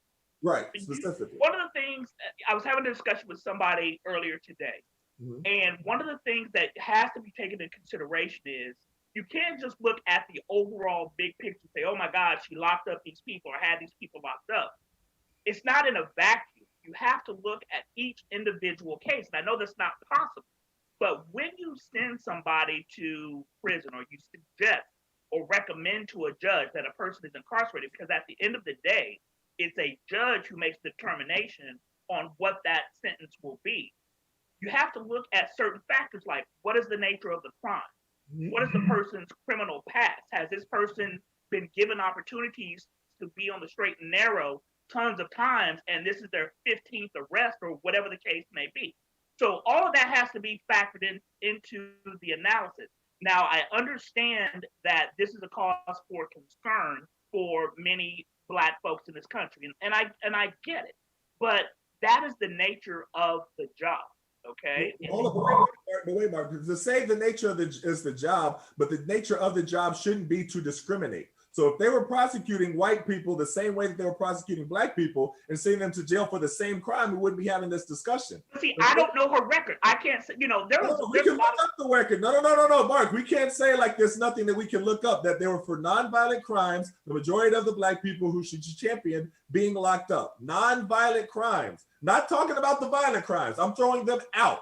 I'm talking about because the violent crime, you commit violent crime, there's a case for you to be in prison. I'm not talking about violent crimes. I'm talking about nonviolent crimes, mostly for possession of marijuana, something that is legal right now. And the issue was that white people were not being sent to jail at the same rate as Black people for the same exact crime, which was a crime of possession of marijuana. That's something that she has to address. She cannot just skip over that like that didn't happen. If she says, okay, at the time, this was the situation, you know what I mean? And this was the climate, and marijuana was illegal. And now if I could go back, I would not do it that way, because I see now that the lie, she has to be able to address it. She can't just move back past like it never happened. Right.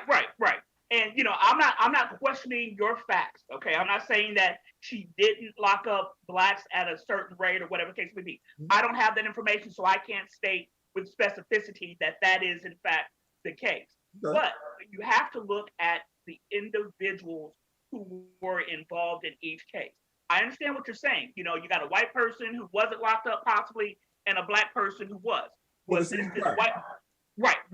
white person's first offense? Was this the Black person's 29th offense?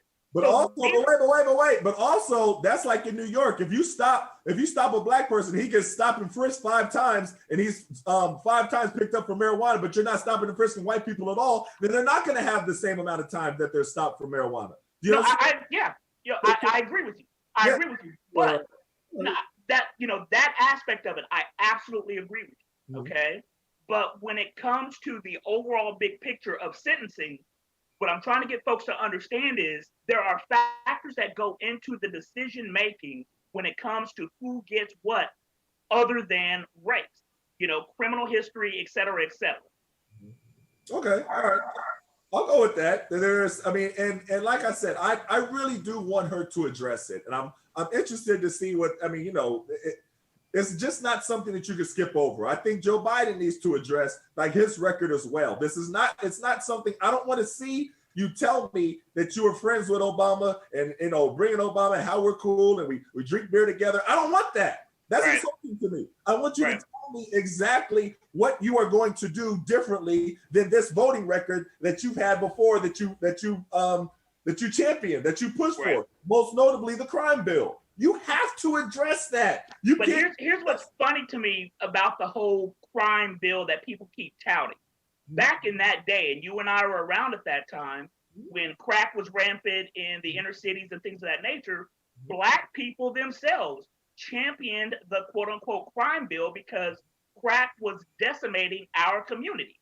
So they wanted that to get that type of element out of their community. In addition to that, one of the champions of the far left, or the quote unquote progressives, was Bernie Sanders. He voted for the crime bill. So, people want to overlook certain things because it doesn't fit their narrative. No, anybody who was associated with that crime bill should answer to it. So if it was Bernie Sanders who is sitting here right now, see, I don't discriminate between and where I can't speak for everybody else, but I don't discriminate if my guy got up there to say that, okay, what he did is no longer an issue because he's my guy.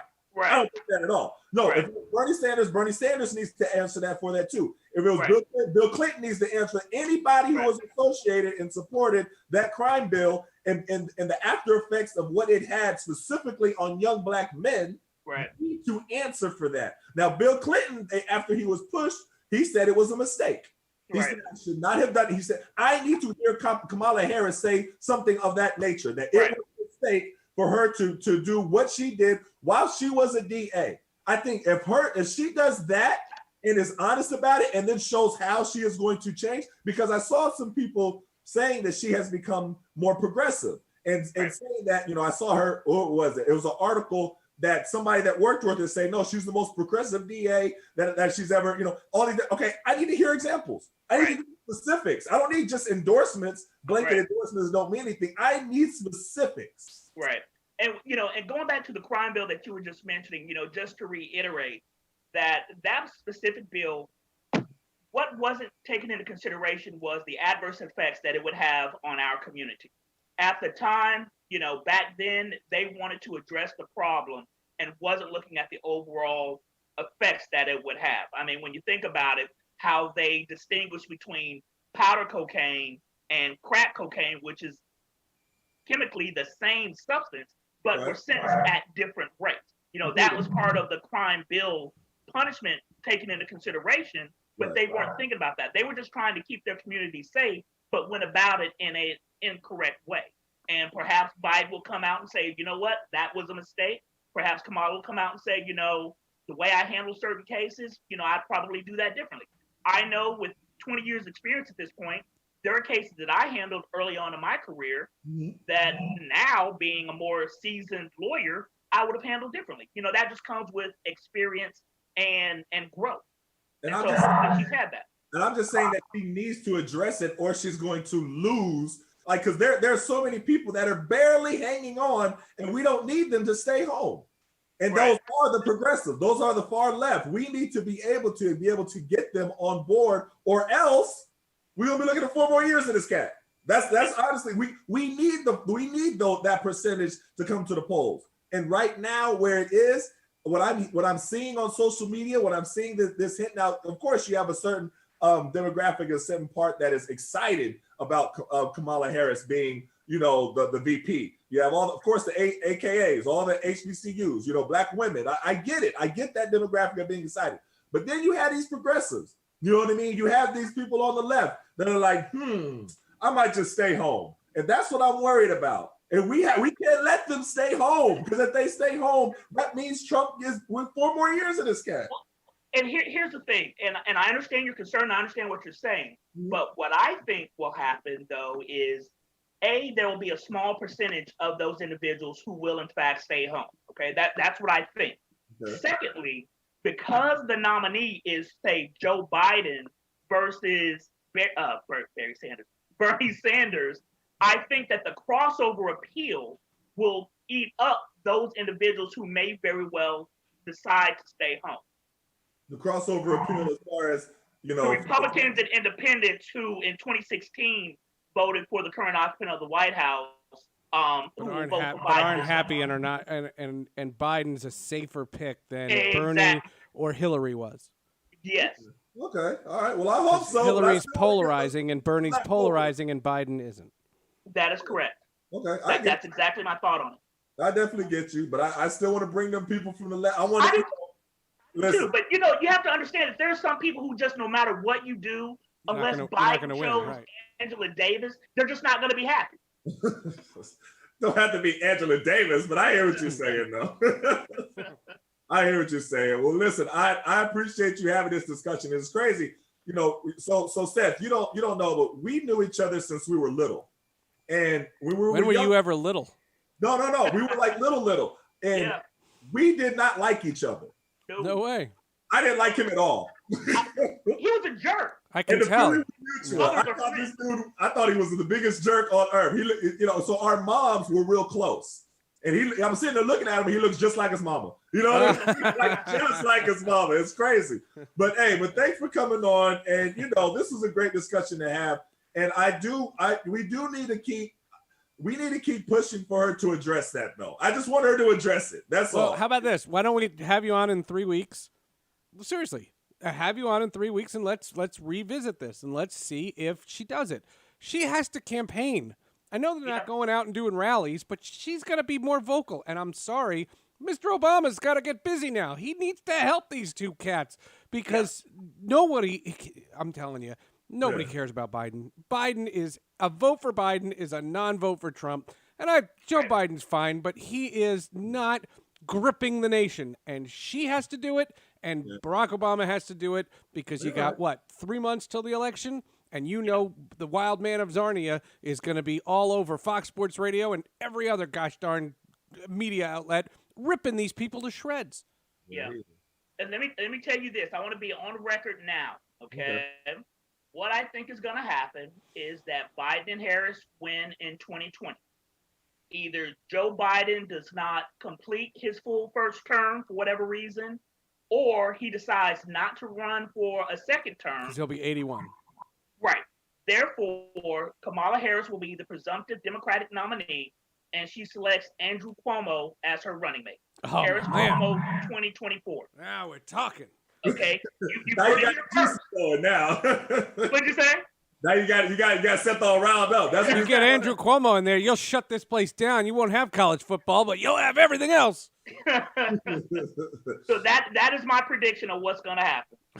That's not bad, though. I mean, that's not bad. That's not bad. All well, right. Mark, hey, thanks for coming on. Definitely stay safe. You're still in Georgia, right? Oh yeah, I'm not going anywhere. Don't leave your Okay. house. Georgia's a mess. All right. Well, stay safe in Georgia. Fight our governor.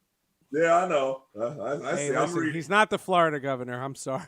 Both of these guys are the absolute worst. And considering what they both could have had Gillum and Stacey Abrams here. Oh. And let me tell you something. I'm still mad at Stacey because, quite frankly, Stacey should be running for senator right now, but she wants to be governor more than anything. I think that she could have walked to a senatorial victory. I really think so because she came so very close to be governor. A black woman in the South was, a few votes away from being governor. I think she would have murdered in the senatorial race. But being the governor is what she wants more than anything, it seems. So.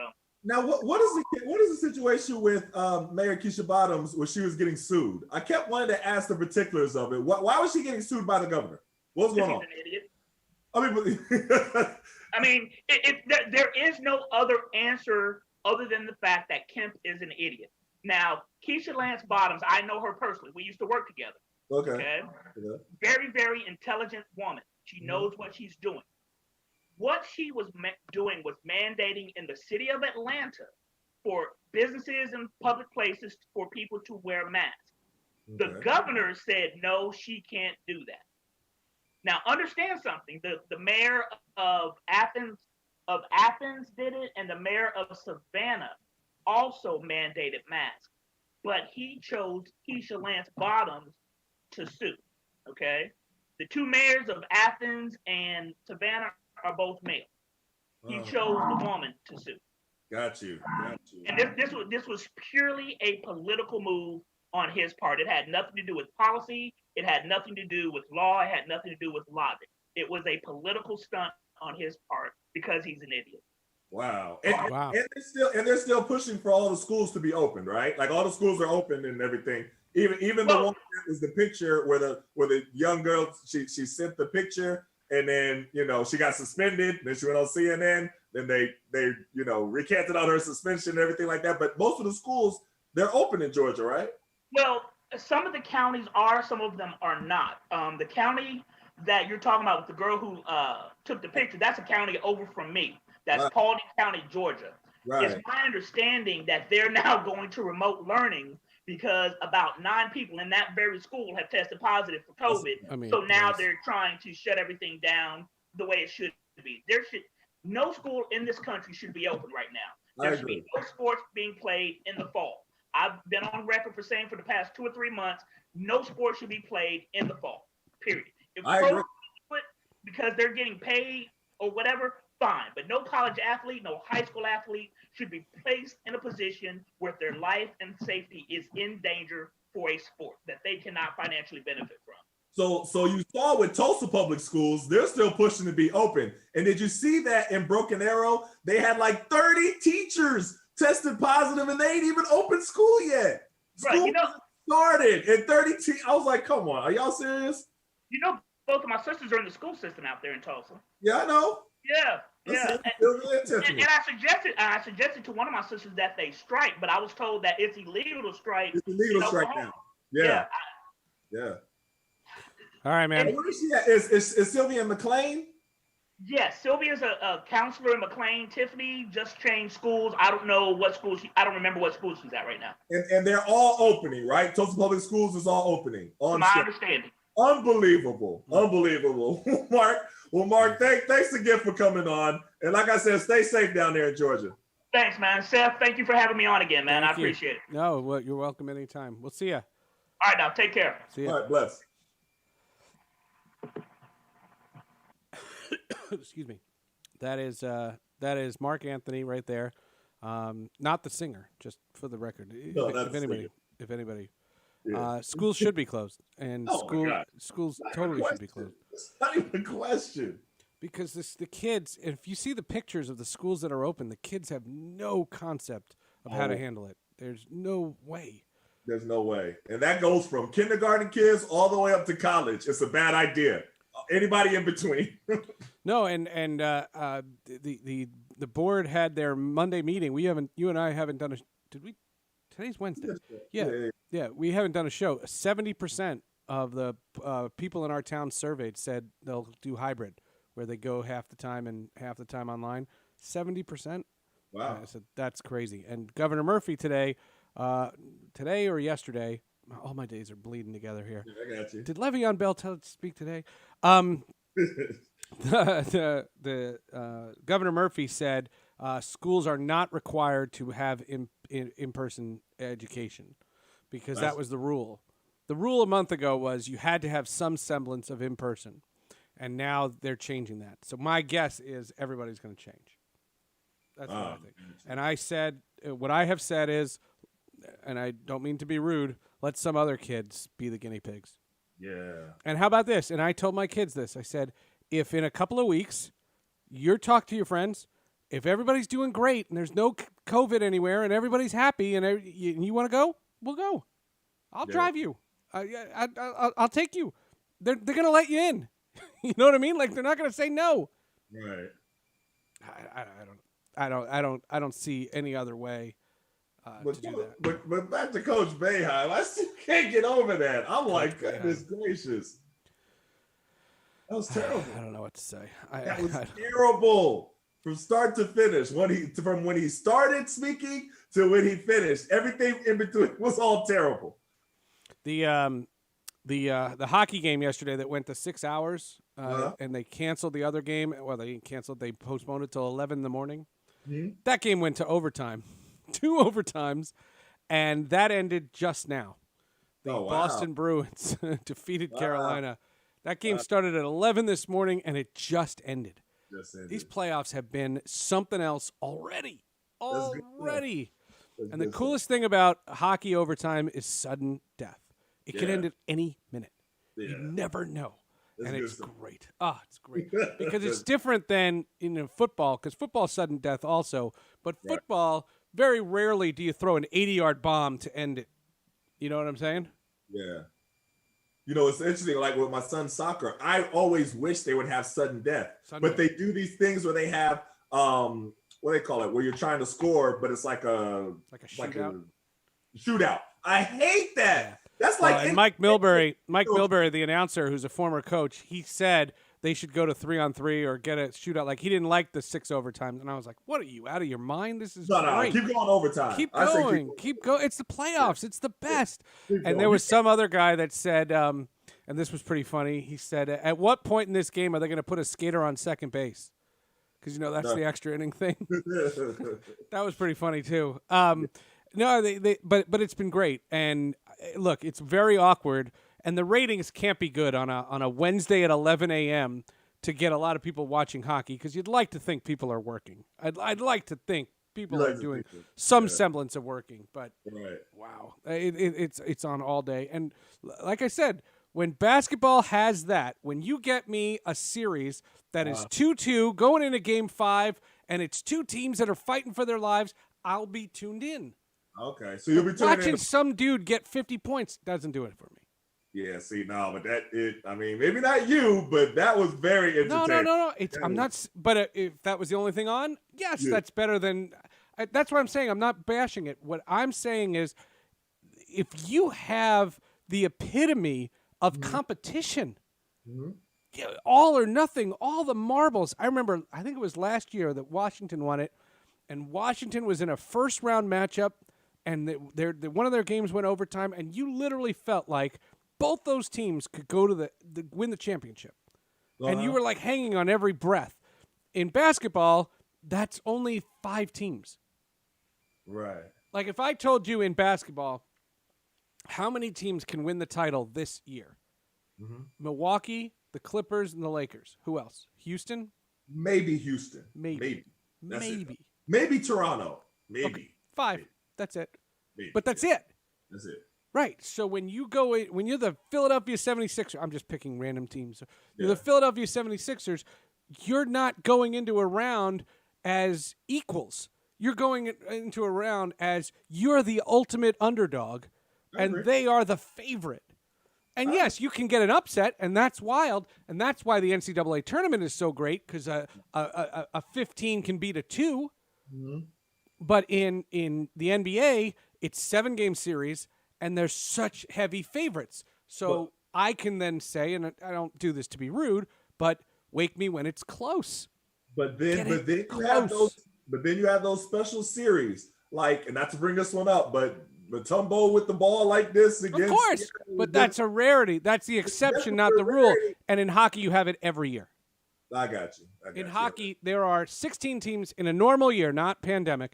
In a normal year, 16 teams make the playoffs, and 5 to 8 teams are good teams that don't make the playoffs. So the whole month of March, April, and into May, they are fighting for their playoff lives. Right. And my team, the New Jersey Devils, who I've been rooting for since the minute they came into existence, they missed the bubble by 2 points.